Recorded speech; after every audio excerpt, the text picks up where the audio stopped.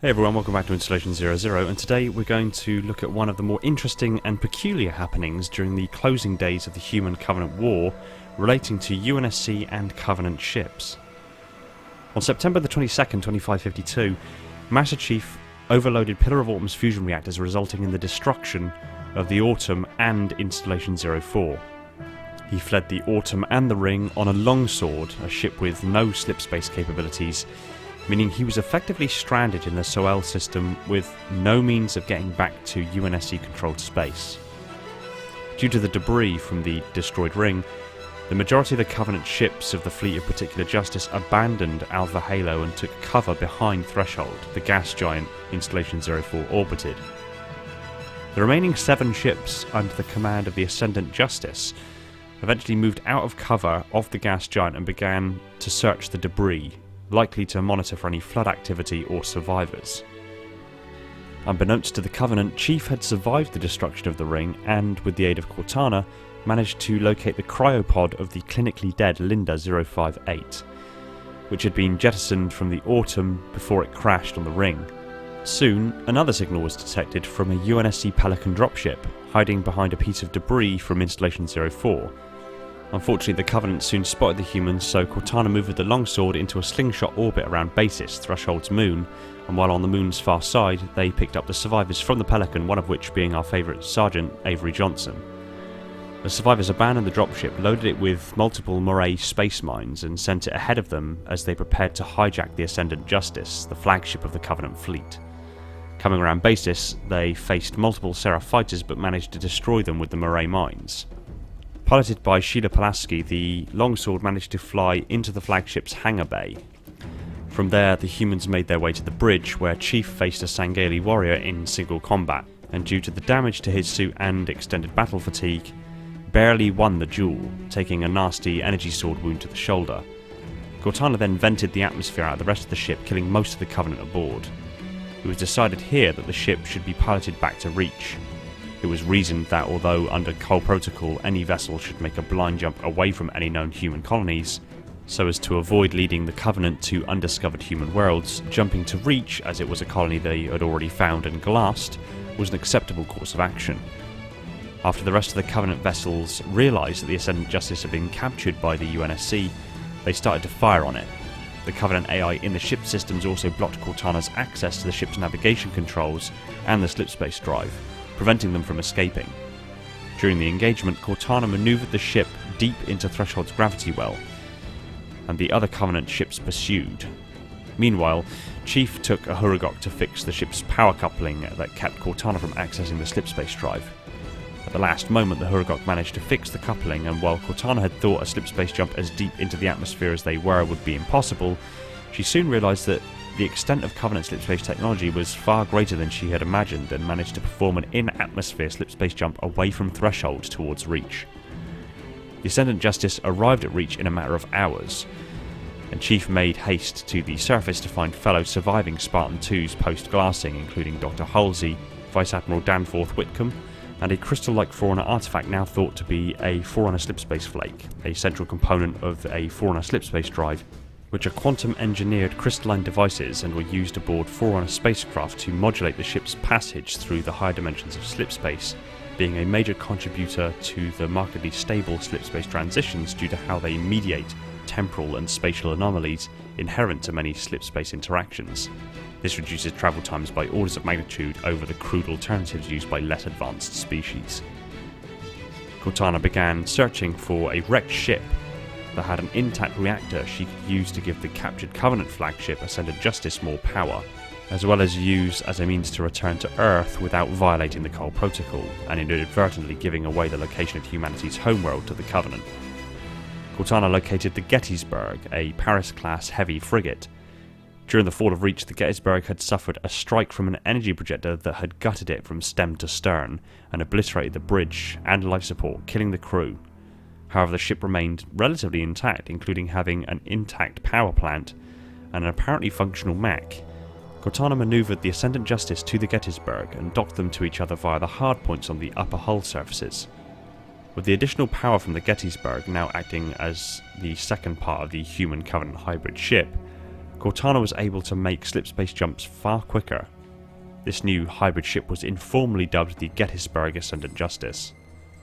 During the battle in the anomalous slipspace field caused by the Forerunner slipspace flake, Vice Admiral Whitcomb had the Gettysburg's hangar bay pressurised and then explosively decompressed as part of a successful tactic in battle against the Covenant fleet. The Gettysburg was subsequently repaired enough to become habitable again by the time Chief regained consciousness, following his close encounter with a Covenant plasma bolt from an enemy ship during the battle, and the human crew transferred over to the Gettysburg from the Ascendant Justice. Dr. Catherine Halsey was able to use the ship's surgical suites and flash clone banks to treat Linda 058's near-fatal injuries from the firefight on Gamma Station, and Kelly 087's severe plasma burns. To make the bridge usable again, the crew welded hull plates over the blown-out windows and placed monitors over the plates. Additionally, with the Ascendant Justice's reactors offline, the two ships were relying on the Gettysburg's reactors to move, which were only working at 67%. In order to get repairs for the Gettysburg-Ascendant Justice, the crew took the two ships to the rebel base at Iridana Secundus. After some posturing on both sides, Governor Jacob Giles agreed to meet with them, only to have a Covenant cruiser show up. Operating from the bridge of the Gettysburg, the UNSC forces attempted to destroy the cruiser with Ascendant Justice's one working plasma turret, only to have the turret misfire and burn off some of the Gettysburg's remaining armour. With no ammunition on the Gettysburg and Ascendant Justice's magnetic coils overheated, Chief came up with a plan to use the magnetic cores from the Gettysburg's Mac gun to shape and aim the plasma for Ascendant Justice's turret, while using two of the ship's 3 Clarion spy drones to be able to see the cruiser coming. The Gettysburg Ascendant Justice succeeded in destroying the cruiser, but the magnetic pulse knocked out the Gettysburg's reactor and engines, but Giles had his fleet give the ship a tow back to the asteroid base for repairs. Dr. Halsey, who had spent a large portion of her career wrestling with her guilt, had decided to pursue her own agenda to try to save as many Spartans as she could. To this end, she sedated Kelly 087 and gave the Forerunner crystal to Corporal Locklear with the explicit instructions to destroy it. With the Corporal's help, she was able to move the Spartan onto Governor Giles' Chiroptera-class stealth vessel, Beatrice, which he then used to flee the system. This move frustrated both Governor Giles, who felt it was a betrayal of trust, and Vice Admiral Whitcomb, and ultimately culminated in her branding as a war criminal and her arrest months later upon finding her at Onyx. With the help of Giles and his people, they were able to repair Gettysburg's reactors and engines, as well as conducting repairs on Ascendant Justice. Using his stockpile of munitions, Giles was able to restock 16 Archer missiles for the Gettysburg, but the return of the Covenant forced Gettysburg-Ascendant Justice to leave before the shakedown of the hybrid ship systems was finished. Initially, 2 warships entered the system, prompting the coupled Gettysburg-Ascendant Justice to leave the rebel base, though without the evacuees on board. By the time they were clear, a total of 30 Covenant warships had entered the system from 3 separate vectors. Whitcomb, feeling his duty was to Earth, not the rebels, ordered an immediate retreat to slipspace, leaving the helpless rebels to their doom. Before departing, Corporal Locklear destroyed the Forerunner crystal, but underestimated the crystal's latent energy and was killed in the process. It is assumed that the rebels were destroyed by the Covenant forces after the retreat of the Gettysburg-Ascendant Justice. No mention is ever made of any refugees aboard the Gettysburg-Ascendant Justice. In order to buy Earth time with the Covenant set to invade, the Spartans convinced Admiral Whitcomb to allow them to launch a first strike. With Whitcomb unwilling to risk Gettysburg-Ascendant Justice, the Spartans welded layers of lead, boron fibres and titanium A hull plates removed from the Gettysburg to a Spirit dropship so they could survive the transition from slipspace to normal space in the smaller craft, as well as loading up with munitions scavenged from the frigate's stores.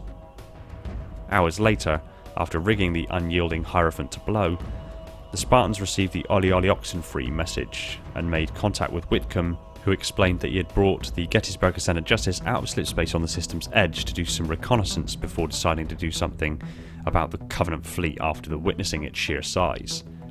Following Whitcomb's instructions, the Spartans travelled to the far side of a nearby moon, where they found the Gettysburg awaiting for them, alone. Sergeant Johnson explained that while they were gone, the crew had placed Ascendant Justice's slipspace drive into the Gettysburg.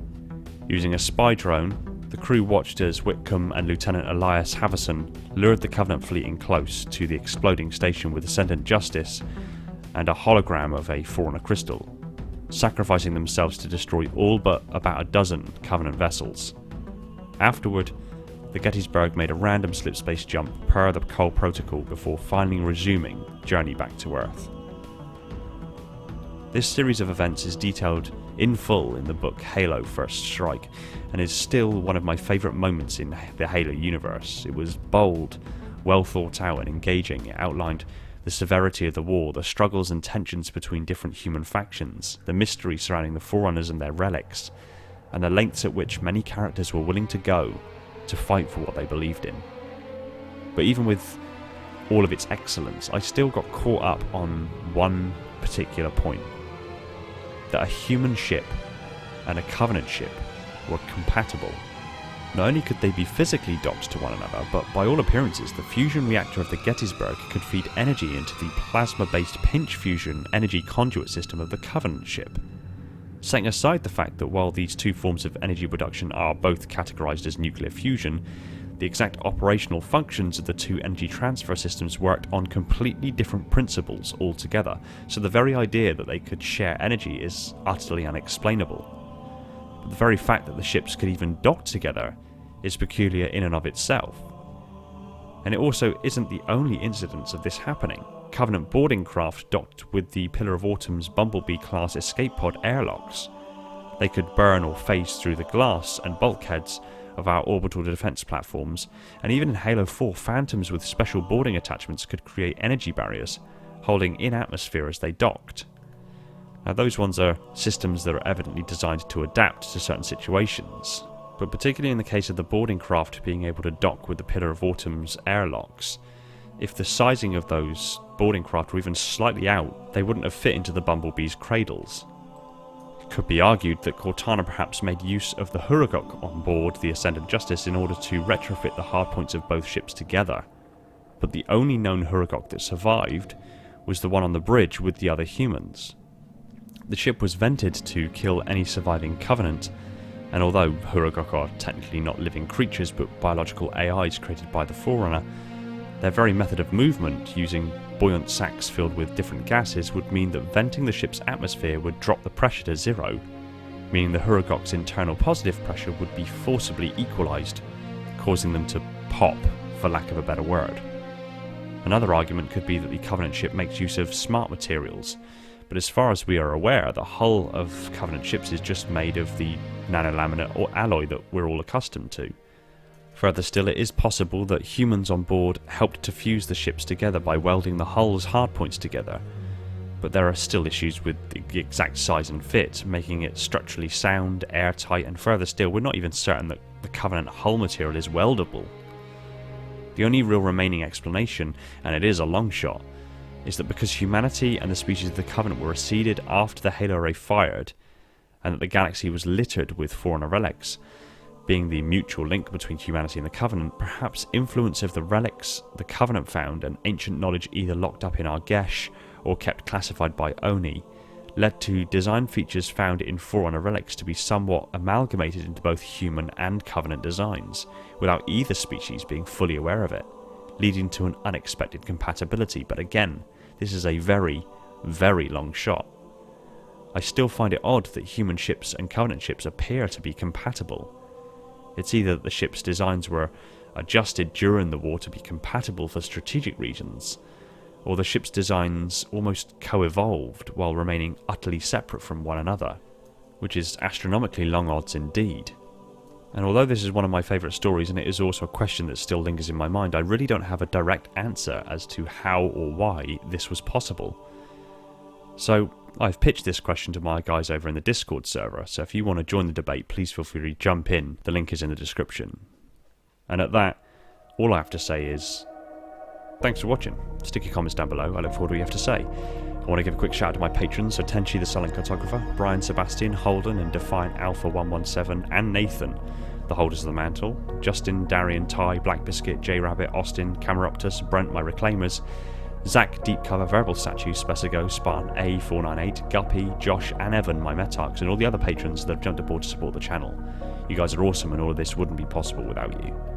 If you like Halo lore discussed to insane levels of detail, hit that subscribe button and the little bell icon so you're told the second a new video hits the shelves. Be sure to support us on all major social media channels, including the Discord server, and if you really love the channel, consider heading over to Patreon and supporting the channel over there. It would mean the world to me and would free up more of my time to put into this content and other Halo related goodness. Take it easy everyone, and find peace in the domain.